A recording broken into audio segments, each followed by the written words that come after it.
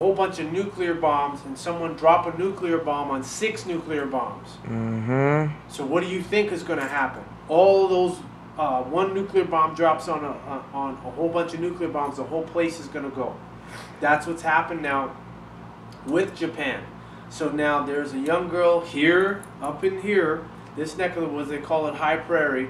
She went and got a Geiger counter that her father bought, and she went and tested the fish. And when she checked the fish, the radiation levels of the fish was above what is normal, 10 times that. So that means the fish, you can't eat the fish. They have the highest concentration of marine life on the west coast of California, from California all the way up to Seattle, all the way up to BC. Why? Because the radiation is in the water. That's why we issued the request to the Intergalactic Confederation to step in, because this is killing all the life forms. And I looked at it from the standpoint of, okay, we got our stuff going up on here. Why should the other life forms have to suffer and die for this? So the only way that I thought of, and I went to council on it, was yes, appeal to the Galactic Confederation. If there's no hope, then look, press the button, boom, let's call this a wrap. Let me go on to the next adventure in the universe. And we can do that thanks to melanin. Does the lack of melanin actually make you unable to have any kind of existence after you close your eyes on this side of things? According to there's two I'm going to answer that this way. Atom Ray had stated that there's nothing for these Amorites on the other side of death. That's why they're holding on to this existence. There's nothing for them, number one. Number two, Dr. Cresswell Singh got really deep and said there are only certain parts of the electromagnetic spectrum that these Amorites can access. The lack of them not having melanin, they can't access certain parts of the electromagnetic spectrum. Hence the reason we can do stuff and they won't see it till afterward, and then they're like, well, how come we missed it? Because they're not in tune. Real quick, so you have the GMO foods destroying the food supply, which is essentially the land what they're growing on. You got the Fukushima radiation in the water destroying the fish, and you got the chemtrails in the air from the airplanes, which is certainly why there's an increase in Alzheimer's and other types of mind control agents that they're spraying.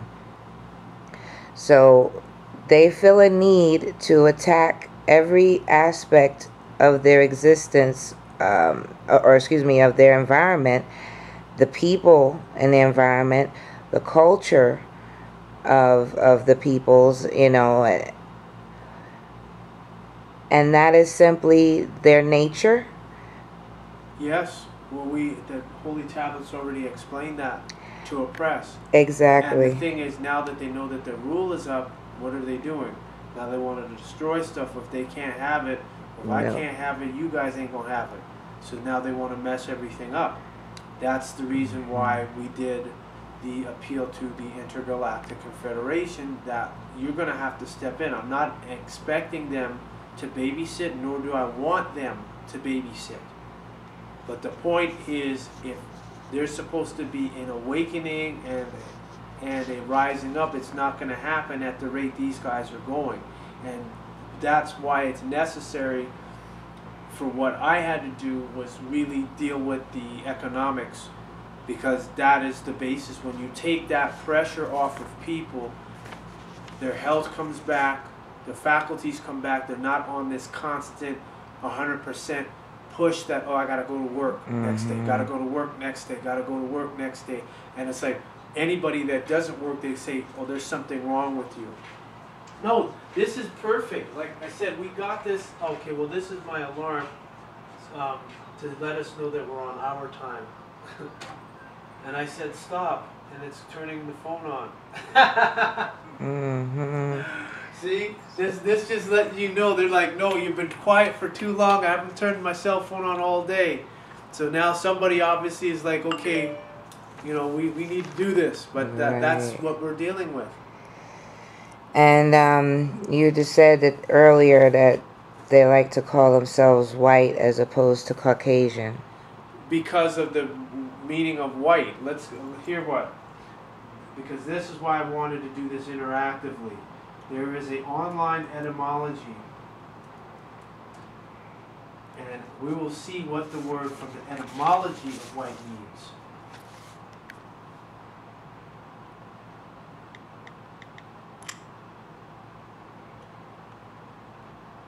Oh, now why is the computer acting slow? No surprise there. It certainly isn't.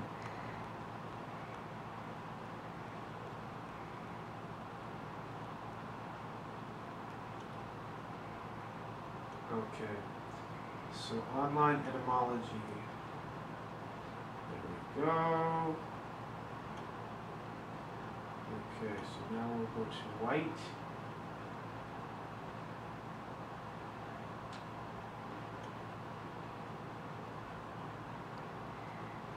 We didn't even touch the pedophilia. That is definitely on the rise. Even things like this, people, stop posting your children looking so sassy and grown. That is what a pedophile needs, is for a child to appear as if they are capable of making the decision to pursue the adult.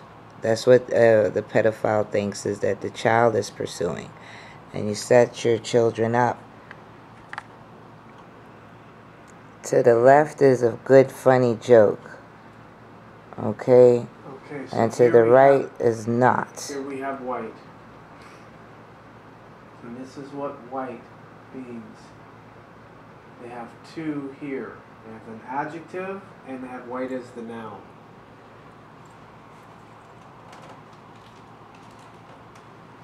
So white as the noun, we'll start with that first. Whiteness, white food, white of an egg, from white, the adjective. Also in late Old English, a highly luminous color devoid of chroma, meaning white part of the eyeball, meaning white man, person of a race distinguished by light complexion. White man in the census from the 1690s. So it just says whiteness, white food, white of an egg, from white. So now you have to go to the adjective. Okay, so now white, the adjective, means radiant, bright, radiant, clear, fair. From the Proto-Germanic witza, wittas, Dutch wit, old high, wiz, German wait, Gothic vates, from quaid o suffix, which means white, to shine.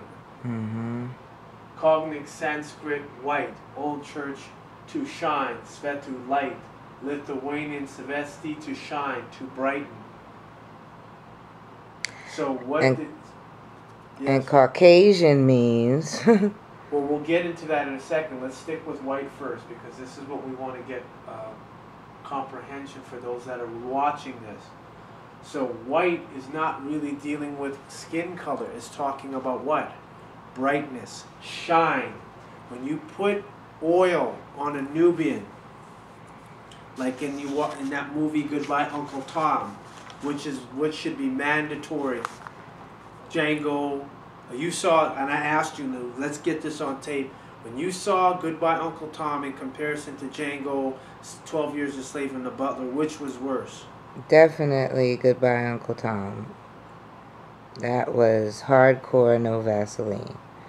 All the rest of them were powder puff pink panties in comparison. But you have to know this is how they looked at you. And this what they, because even though it's a little quote unquote graphic, it's nothing in comparison to Goodbye Uncle Tom. Everything from how they spoke, how they dealt with them, how they interacted with them, all of that was very explicit versus what Hollywood. They just showed you some hard scenes to give you an idea, whereas Goodbye Uncle Tom showed you everything.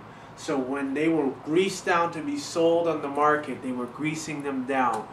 What they shined, didn't they? Yeah. So that's what that means. So now you want Caucasian. Just give me a second here and we'll look that This up. is the effects of bestiality that you allow your children to accept.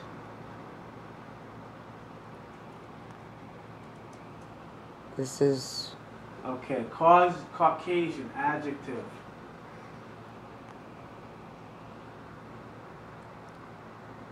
From 1807, from Caucasus Mountains between the Black and Caspian Seas, applied to the quote-unquote white race, 1795 in German by German anthropologist Johann Blumenbach, because its supposed ancestral homeland lay there.